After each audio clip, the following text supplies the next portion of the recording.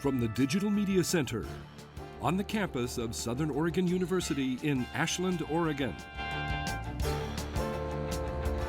This is Ramping Up Your English, an educational program for intermediate level English language learners.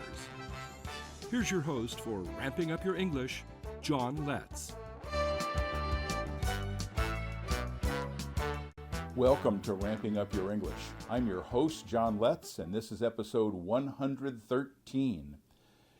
What we do in this episode, as we do in every episode, is help intermediate level English learners reach higher levels of English proficiency.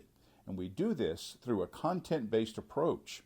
And that content-based approach includes thematic elements. And our theme is Native Americans. We've been on this theme for quite a while and will be a while longer.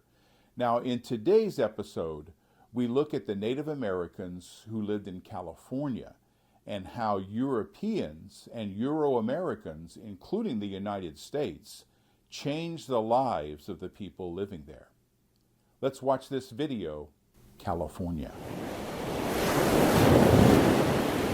Amazing beauty. That's always been true about California. The raw power of the Pacific Ocean dashes ocean waves against rocky coasts and sandy beaches. Winter snow is generous in the Sierra Nevada and the southern end of the Cascades. Towering mountains become laden with snow during the winter and provides life-giving water in spring and summer as the snowpack melts. The pure melt-off follows countless and nameless rivulets to multitudes of creeks, all bearing names given by California's indigenous people thousands of years ago. This liquid bounty collects into great rivers, supporting an abundance of life. The deltas of these great rivers form wetlands, essential areas supporting avian life and the people who depend on it. This vast area also included arid lands, deserts that supported those who adapted to conditions there. From the towering rock face of Yosemite country to the dry deserts, to wetlands, to towering redwood forests, California holds a diverse landscape that once gave life to a stunning amount of vegetation, animal, and human life.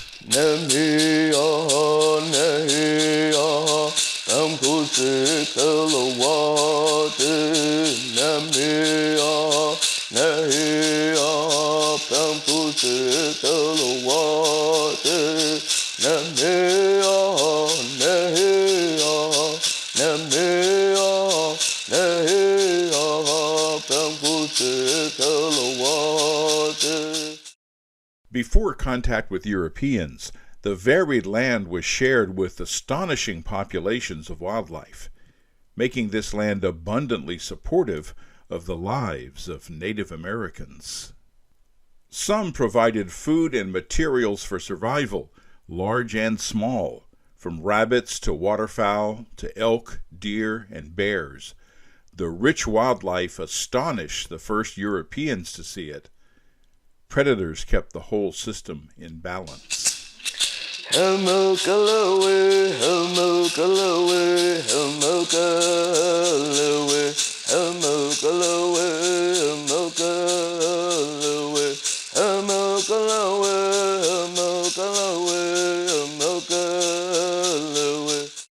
This plethora of plants and animals supported hundreds of thousands of indigenous people who lived in the numerous tribes, the Maidu, Nisenan, Miwok, Yokuts, Pomo, Patwin, Konkau, Yana, Namlaki, and the Shasta all made their homes here.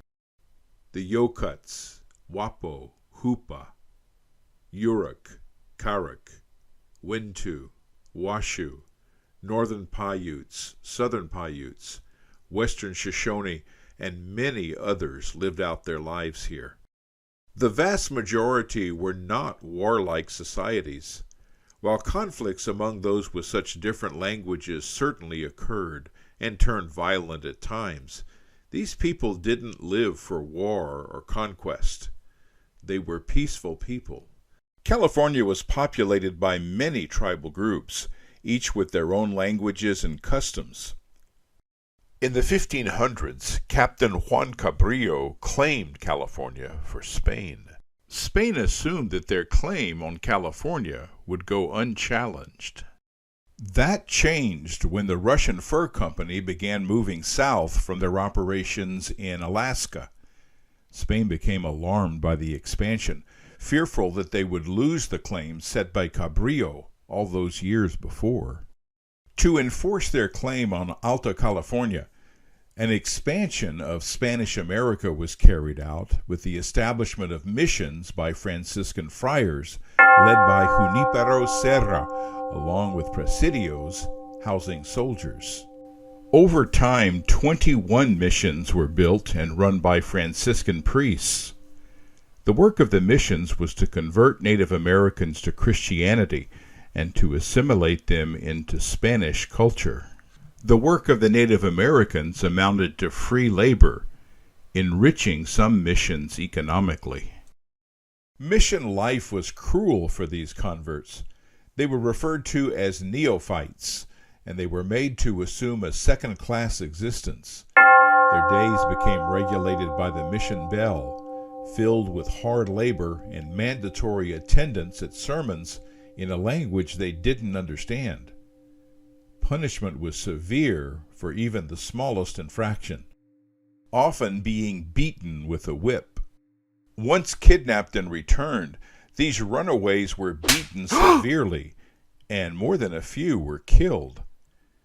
There was also sexual abuse by soldiers from the presidios and from some of the missionaries themselves. This went on from 1769, when the priests arrived at San Diego, until the 1820s, when Mexico won independence from Spain. The new government insisted that the native Californians be allowed land from the missions and to be made free. The mission priests resisted this by trying to persuade mission Indians that they needed the missions to provide for them. In 1845, John Fremont led a military unit that was officially a survey party into California that was at that time part of Mexico. He made himself known to settlers from the United States, and a group of them informed Fremont that a large group of Indians was gathered on the Sacramento River to attack their ranches. Guided by Scout Kit Carson, Fremont found a large encampment of Native American men, women, and children preparing to gather salmon from the river. Like most California Indians, this group had no horses or firearms. In a sickening pattern that would become normalized in the region, Fremont and the settlers opened fire with rifles while out of range of the arrows. The desperate defenders were mown down with bullets. Then the attackers moved in with pistols, knives, and hand weapons, murdering the people in the fishing camp, including women and children. Hundreds were killed, and few escaped. This was known as the Sacramento River Massacre. Kit Carson wrote unapologetically that it was perfect butchery. Fremont continued north into Oregon, killing any Native Americans in sight. When Indians fought back with a nighttime attack on their camp, they responded by killing an encampment of Klamath Indians who had no connection to the nocturnal attack. Fremont and Carson carried out another massacre at Sutter Buttes before engaging in the struggle to take California away from Mexico. The war in California ended with the Cahuenga capitulation in 1847, and the California Bear Republic was established pending U.S. statehood. Fremont later ran for president, the first to do so for the Republican Party. He did not win, but he remained an admired figure with the public. He was never held to account for the murders he carried out on Northern California men, women, and children. When the United States won the war with Mexico, California became part of the United States in the Treaty of Guadalupe Hidalgo. In 1848, James Marshall was building a mill for John Sutter with some Indian workers when he spotted gold in the excavation. Californians began panning in streams and digging into stream banks, searching for their fortunes, with Native Americans mining for their employers and some mining their own land as independents. Word of the discovery soon reached the East Coast and was amplified by President Polk, and thousands of heavily armed white hopefuls poured into California to stake their claims. In 1849, California's non-Indian population swelled to over 100,000. New arrivals from Oregon, some embittered by the Whitman Mission massacre, had already killed many Indians, in fact any Indians they encountered on their way to the gold fields. Thus continued the pattern set by Fremont and Kit Carson. On any pretext, usually theft of livestock, militias would attack bands of Indians at a distance with rifles. Then they would move in with pistols and knives, killing mostly elders, women, and children. They went to great pains to prevent any survivors from escaping. This set in motion a horrifying chain of massacres. The Maydew bore the terror of the first wave of miners. They lived in small bands along the American and Feather rivers. The Maydew gathered fish during the annual salmon run. The Maydew practiced Thanksgiving every day, stopping to appreciate the things that supported and enriched their lives. They gathered in their communities for the bear dance. The bear had special spiritual significance to the Maydew. From the Sierra Nevada to the redwood forest of the Tolowa, the pattern was the same. Sneak up on the village at night and attack in the morning. Kill everyone, then burn the village. In the Yosemite area, the Ahwahnee lived amid astonishing beauty, yet survival here was never easy. Living in small villages of cone-shaped houses, much of their time was spent in acquiring, processing, and storing food for the severe winters. The Ahwahnee also lived a rich spiritual life through ceremonies and dances. The village roundhouse was the center of these activities, as well as a meeting place for tribal councils. The staple food of the Ahwahnee was the acorn. They were gathered from the cultivated oak trees and stored in a tower called a chuka. This kept them off the ground so they would last through the winter. The acorn shells were removed and the meal was processed to remove the tannin. Then the meal was pulverized using a mortar and pestle. This was often done using a hole in a rock. From breads to soup thickener, acorn meals sustained the Ahwahnee. White militias attacked the Ahwahnee directly, then burned their food supply so that survivors would starve. Many tribes tried to live at peace with settlers, but any pretext could bring about their doom at any time. The Klamath River provides life to the Yurok, Karok, Hoopa, and Shasta Indians on its way to the Pacific Ocean. The Yurok populated the lower Klamath River and hunted large game. They welcomed salmon on their spawning migrations. Their most important gathering was the Renewal of the World ceremony. The Yurok suffered a precipitous crash in population due to European diseases. Then there was the Klamath and Salmon River War, where many were killed by settlers and the army. Upriver from the Yuroks and the Karoks, the Shasta were targets of murderous attacks early in the Gold Rush era. The Shasta ranged into Oregon and participated in the return of the salmon ceremony when fish runs occurred. This rich and peaceful life ended when gold was found in the upper Sacramento River. The violence was relentless. Indigenous Californians were often driven to the High Sierra to escape murder. This was sometimes as deadly as the militias. At these altitudes, game was scarce, and many starved. Winter in the high country caused many to freeze to death. so even the threat of violence proved deadly. Native Americans were offered food and safety on reservations, but most found neither. Vigilantes were allowed to murder Indians on the reservation, and the promised food seldom arrived.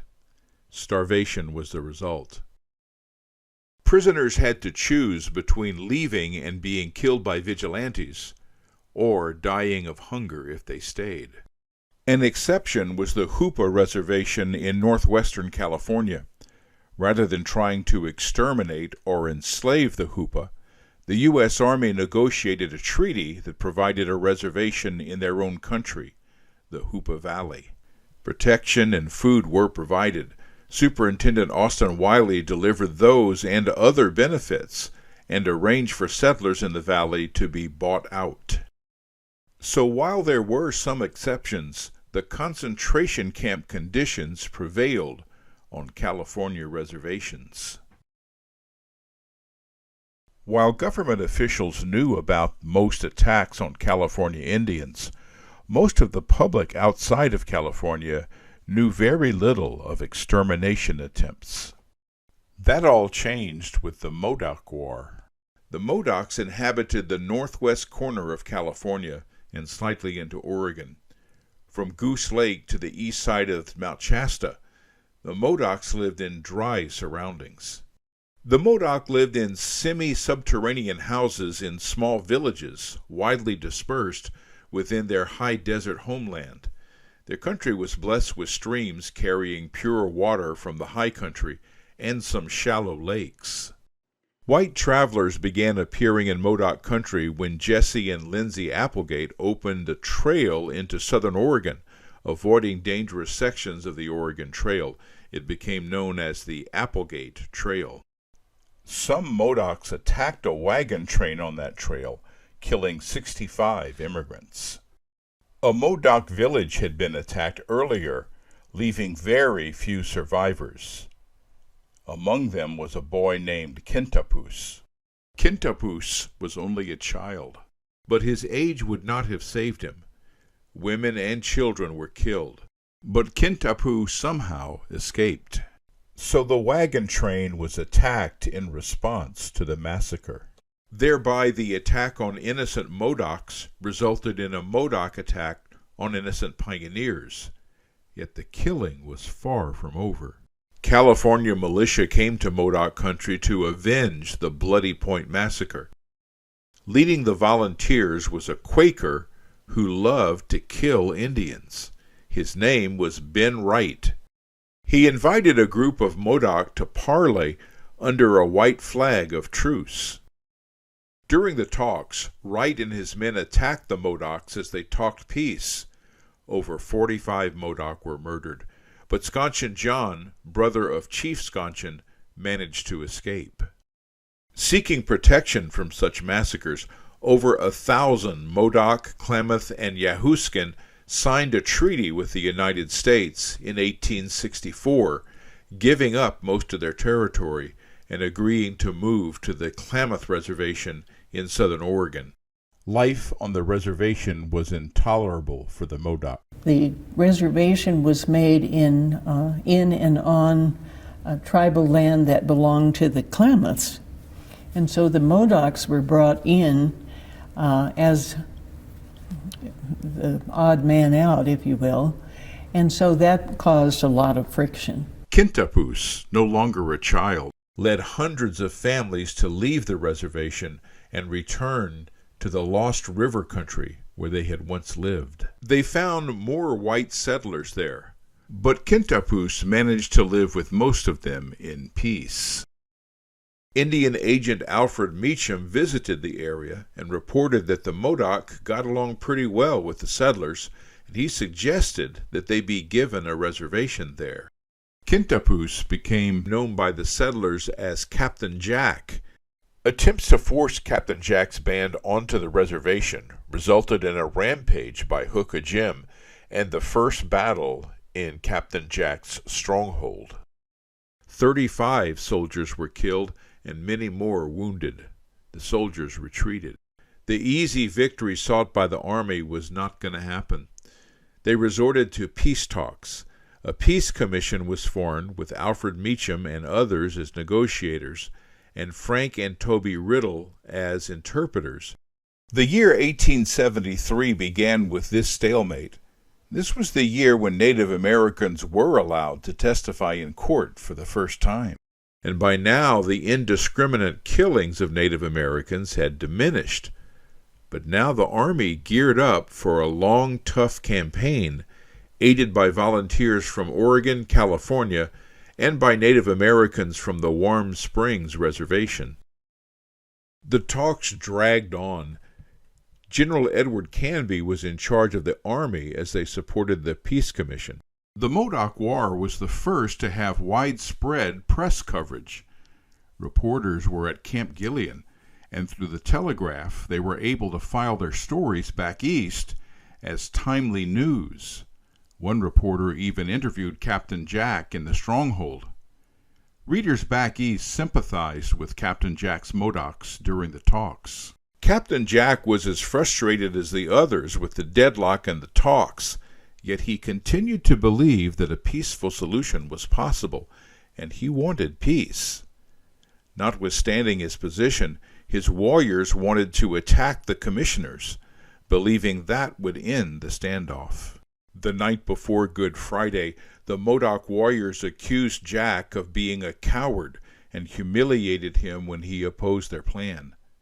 Knowing that his leadership was at stake, Captain Jack agreed to carry out the plan, but only after giving the commission one last chance to give these Modocs what they demanded. The next morning, a peace tent was erected by the Peace Commission.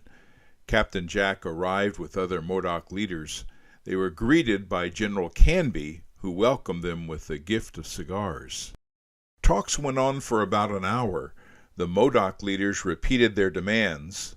General Canby, who had a reputation in the Army for being candid, told them he could not promise them what they asked for.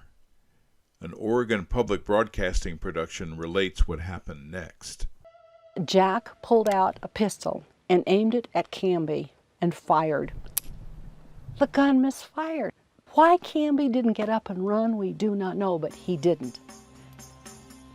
The gun was recocked. And this time it hit him right below the left eye. The other Modocs pulled out guns, killing another commissioner. Frank Riddle and another man ran for cover. Sconchin John shot at Alfred Meacham. A bullet tore through Meacham's face, another through his arm. 4 shots ripped through his body. Then a Modoc tried to scalp him, but Toby Riddle intervened. She yelled out to the Modocs, "The soldiers are coming, the soldiers are coming." And the Modocs, ran in every which direction. Of course they weren't coming. Alfred Meacham was her friend, and she knew that he was gravely wounded, and she wanted to save him. She cradled the injured Meacham in her lap, while nearby General Canby lay dead and stripped of his clothes.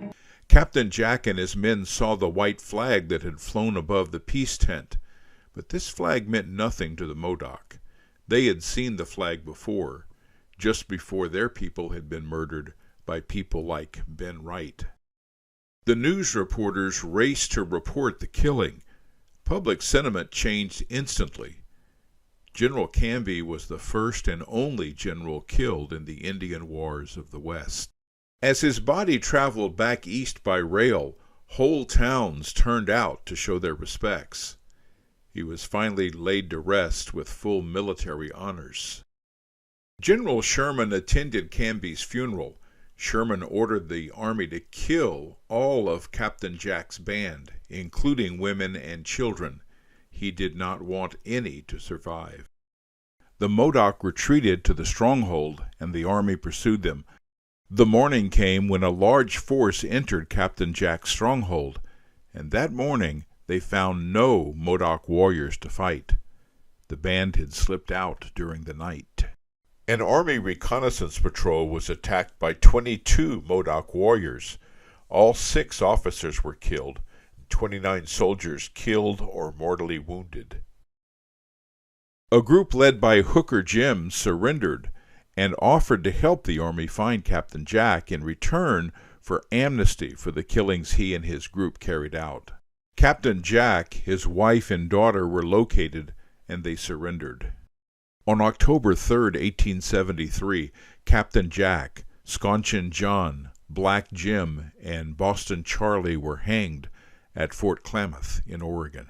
The other 39 men, 64 women, and 60 children were forced to travel to Oklahoma, where they were confined to this tiny reservation. During the Modoc War, the Modoc had no more than 53 warriors, and they had women and children to take care of. The Army fielded almost 1,000 soldiers.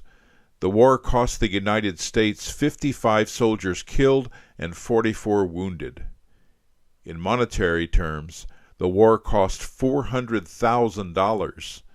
The government could have met the demands of the Modocs with $20,000. It's as if 300 years of violence and murder of indigenous Americans all happened within a few years. Some U.S. citizens living in Mexican California carried out murder in response to rumors or unfounded fears. The gold rush introduced the killing for greed and for the attitude that the actions of Native Americans anywhere called for annihilation of all Native Americans everywhere. The period between 1846 and 1873 is called the California Indian Genocide. From the California missions in 1770s until 1910, the results of genocide could be seen in crashing indigenous population. Not all scholars accept the term genocide for what happened in California between those years. Whatever the term, miners, settlers, militia, state, and federal troops all attempted to exterminate the indigenous people of California, and they almost succeeded.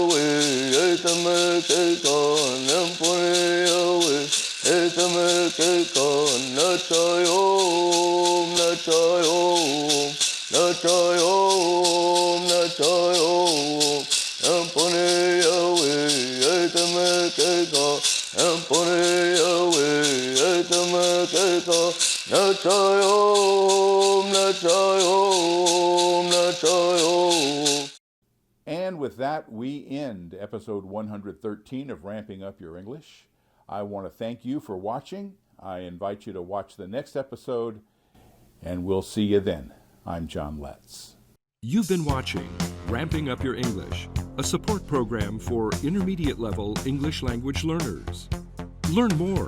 Visit our website at letscreate.org. You can also watch or download today's program at archive.org/details/roadtv. Join us next time on RBTV Voices for Ramping Up Your English.